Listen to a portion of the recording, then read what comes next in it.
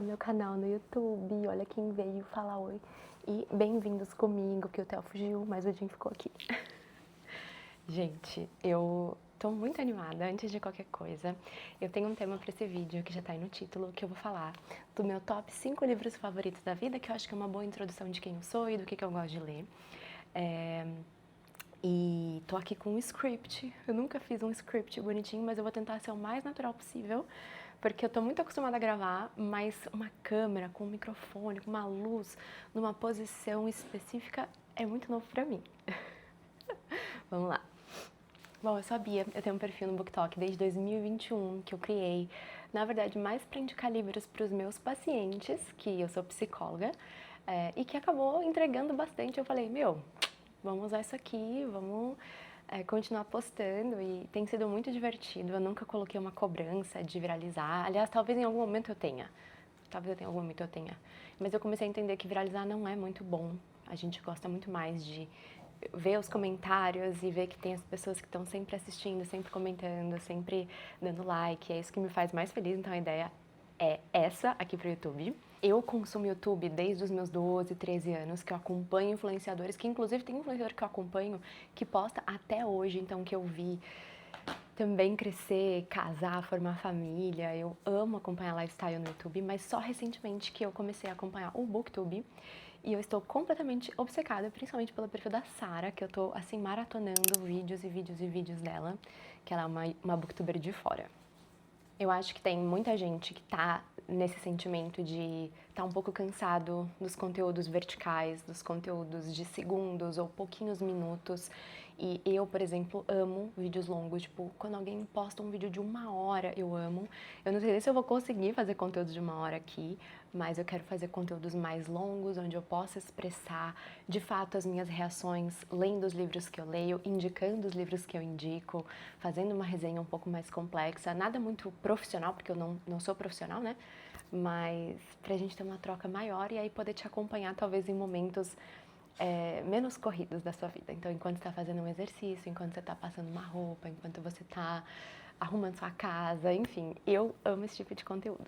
Eu não sei se eu falo muito aqui também, porque eu não quero deixar o vídeo muito introdutório sobre mim, eu quero ir mais pro tema do vídeo em si. Então eu vou falar e depois eu falo mais coisas, e aí se eu achar que eu quero colocar mais coisa, eu ponho no final, acho que é melhor. Enfim, vamos lá. Bom, gente, eu vim trazer aqui os 5 livros que eu mais amo em toda a minha vida.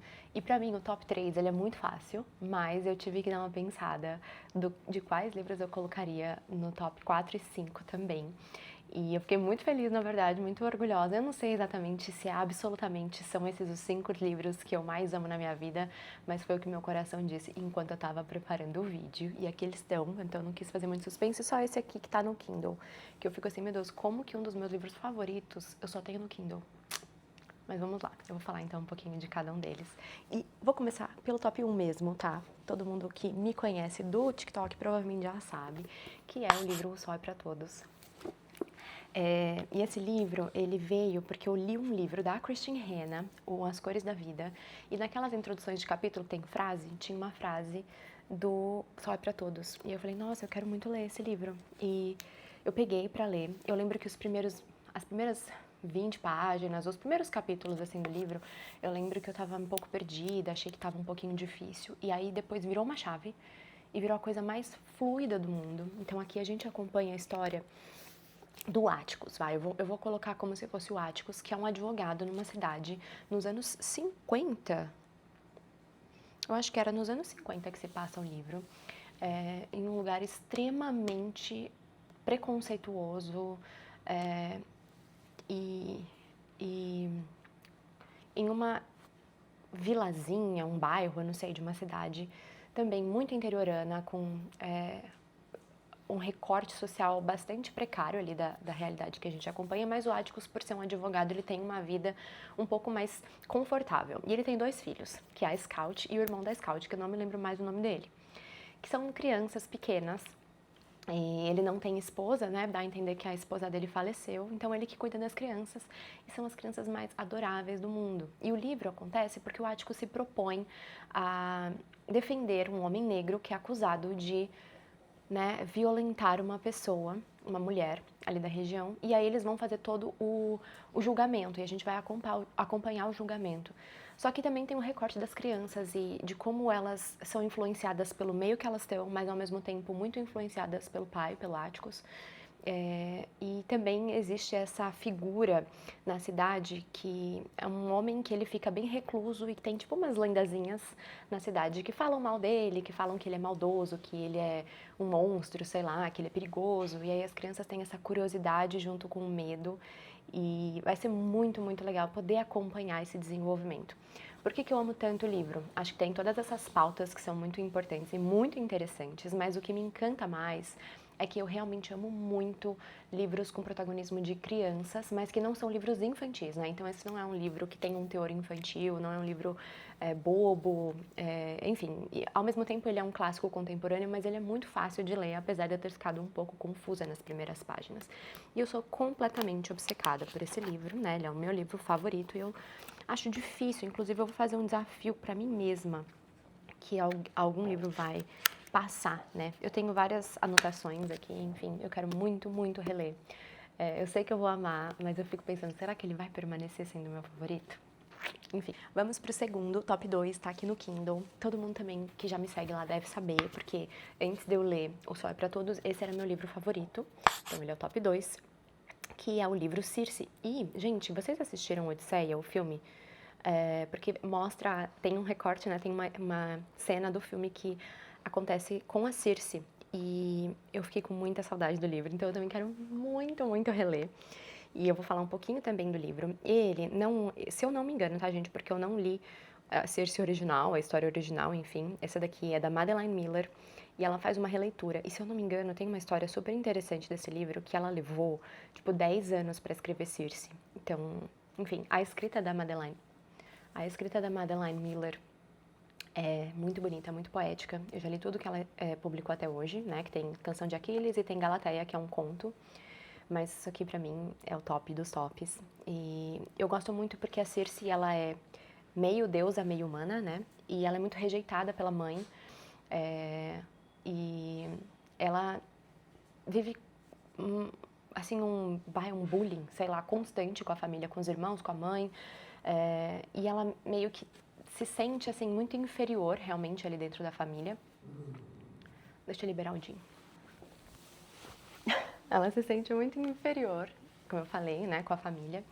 E ela então começa a se colocar em umas situações diferentes, ou ela é colocada em umas situações um pouco diferentes. E ela acaba tendo empatia por humanos, ela acaba empatizando inclusive por um deus, e aí isso é visto como muita fraqueza, meio que um pecado, eu não entendo muito bem o termo. E ela é exilada. E aí ela é condenada a viver em uma ilha pro resto da vida dela, sem contato com outras pessoas, até a eternidade, porque os deuses não morrem, né? Então ela é condenada à eternidade a ficar exilada. E aí nessa ilha ela vem às vezes alguns barcos, né, que atracam na ilha e tudo mais. Então ela vai tendo contato com as pessoas, mas é quando ela tá sozinha na ilha que ela começa a enxergar e entender a força que ela tem, os poderes que ela tem, encontrar realmente quem ela é, né? Enfim, é maravilhoso, gente. Por favor, leiam Circe com o coração muito aberto, assim. Então eu fico assim, o meu desafio que eu vou fazer é eu quero reler esses 2 livros para ver o que eu sinto, porque eles são tão diferentes, né? Um clássico, um de mitologia, sabe? Tão diferentes as realidades, como que pode, né? Enfim. E aí vou falar do terceiro, que é Jane Eyre, é um clássico também. Ai, até parece, né, gente, que eu sou super cult. Mas Jane Eyre é um dos clássicos mais fáceis que eu já li. Eu morria de medo de ler, porque ele é grande e tal, mas é muito fácil, é uma delícia. Eu tenho essa edição da Príncipes, que foi super baratinha e ela é maravilhosa, eu indico muito, inclusive, porque é muito fácil. Eu gostei muito da escrita e da tradução também que a Príncipes tem. E a gente acompanha aqui a vida toda da Jane Eyre, que é uma mulher que viveu, gente, muitos sofrimentos, né? Então, ela é uma mulher de muita fé em uma realidade muito difícil. E o que eu gosto muito é que a autora de Jane Eyre, a Charlotte Brontë, ela faz muita crítica aqui, né? Então, ela faz crítica à igreja, ela faz crítica ao machismo, né? Enfim, ela faz críticas à estrutura de saúde da época. Enfim, é muito bom o livro, de uma forma assim, ó, clássica, de uma forma maravilhosa, assim, sabe? E é uma delícia de acompanhar, porque não é um livro assim muito dinâmico, muita coisa acontece, mas de uma forma muito fluida, muito deliciosa, muito aprofundada. O romance que tem, né, também muito impactante, muito importante, é lindamente escrito. E tem ali um certo suspense que fica meio bizarro, assim, eu não imaginava que ia ter, né, um suspense ali que acontece também no livro, que é muito interessante também de ver como ela lida e como ela mantém os valores dela, como ela mantém os princípios dela sempre em primeiro lugar e a própria integridade, assim, sabe? Uma mulher maravilhosa, eu indico muito. Eu não vi o filme, falaram que o filme é bom, gente. Acho que tem alguns filmes, né? Me avisem aí se vale a pena. Bom, eu não sei dizer qual que é o lugar que cada um deles vai ficar, mas eu coloquei esse aqui como o quarto, que é a história do novo sobrenome. Esse é o segundo livro da tetralogia napolitana.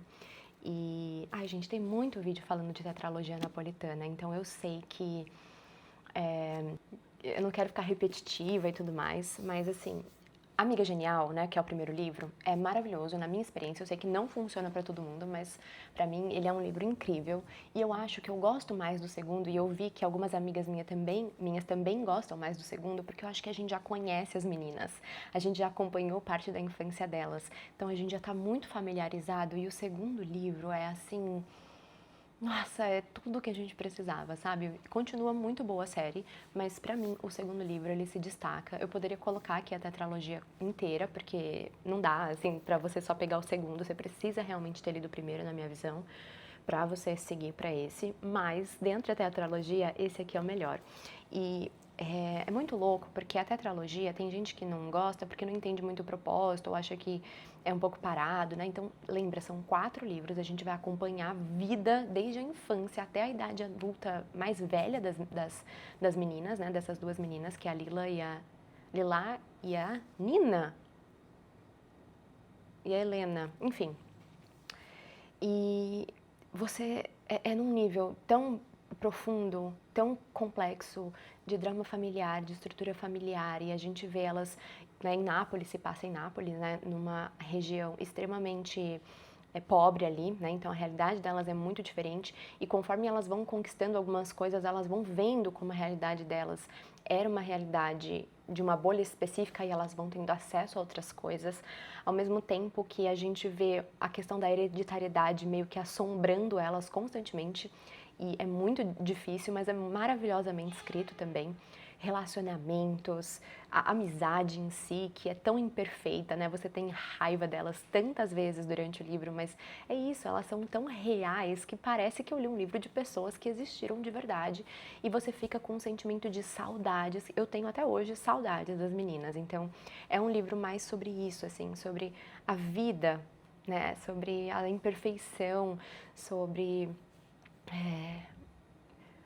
enfim, essa existência, sabe? Existencialismo, talvez. Eu acho maravilhoso.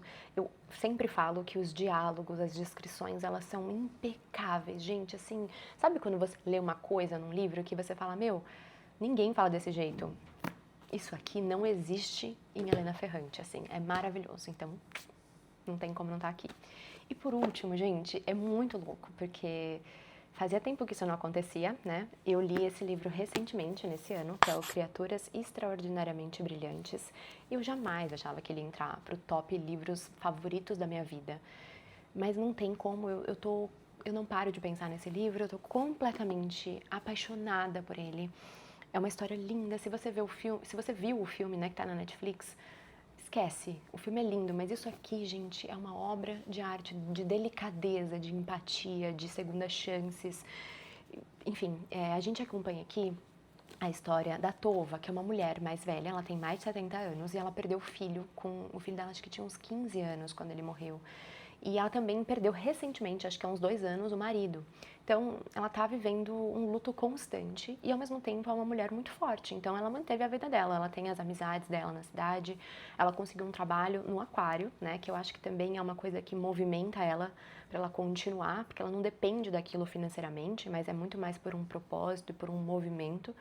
E nesse aquário a gente acompanha o Marcellus, que é o polvo, né? Então a gente tem o point of view de narrativa do polvo, que é esse animal extraordinário que está olhando, né? Ele foi preso, ele foi tirado da natureza, colocado ali, E ele, muito triste, começa realmente a assistir as pessoas e perceber as pessoas. Ele gosta especialmente da Tova, que cuida do aquário, né? E aí vai vir um terceiro personagem também, que é o Cam, né, o Cameron, que ele é um cara de 30 anos totalmente perdido, num momento super delicado da vida, tentando se encontrar, tentando achar respostas para a vida dele. E ele vai lá trabalhar quando a Tova acaba se machucando e ele vai cobrir o tempo dela ali. E aí eles acabam interagindo, porque ela não consegue sair lá do aquário, ela precisa trabalhar, ela precisa estar ali mesmo quando ela não pode. E aí a gente vai ver a ligação entre essas três pessoas e como a relação deles vai se desenvolvendo maravilhosamente. É um dos livros mais apaixonantes que eu já li em toda a minha vida. E é isso, gente. Eu espero que vocês tenham gostado do vídeo.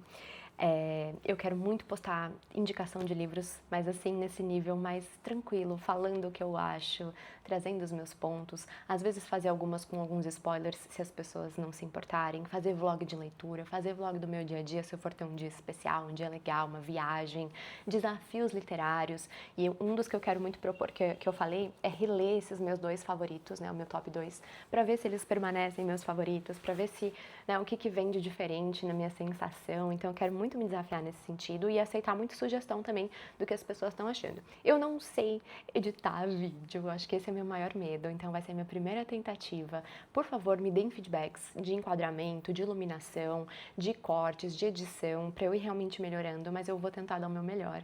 Eu espero que vocês gostam e se vocês gostaram, se inscrevam aqui no meu canal, dá o like e, por favor, acho que mais do que tudo, comenta, porque eu quero muito ter os feedbacks e me incentivar de alguma forma a continuar. Eu vou continuar, porque eu sou dessas, assim, tendo 2 visualizações, tendo 1 milhão de visualizações, eu amo, amo gravar vídeo, eu amo gravar conteúdo, principalmente dentro dessa temática de livros. Um beijo!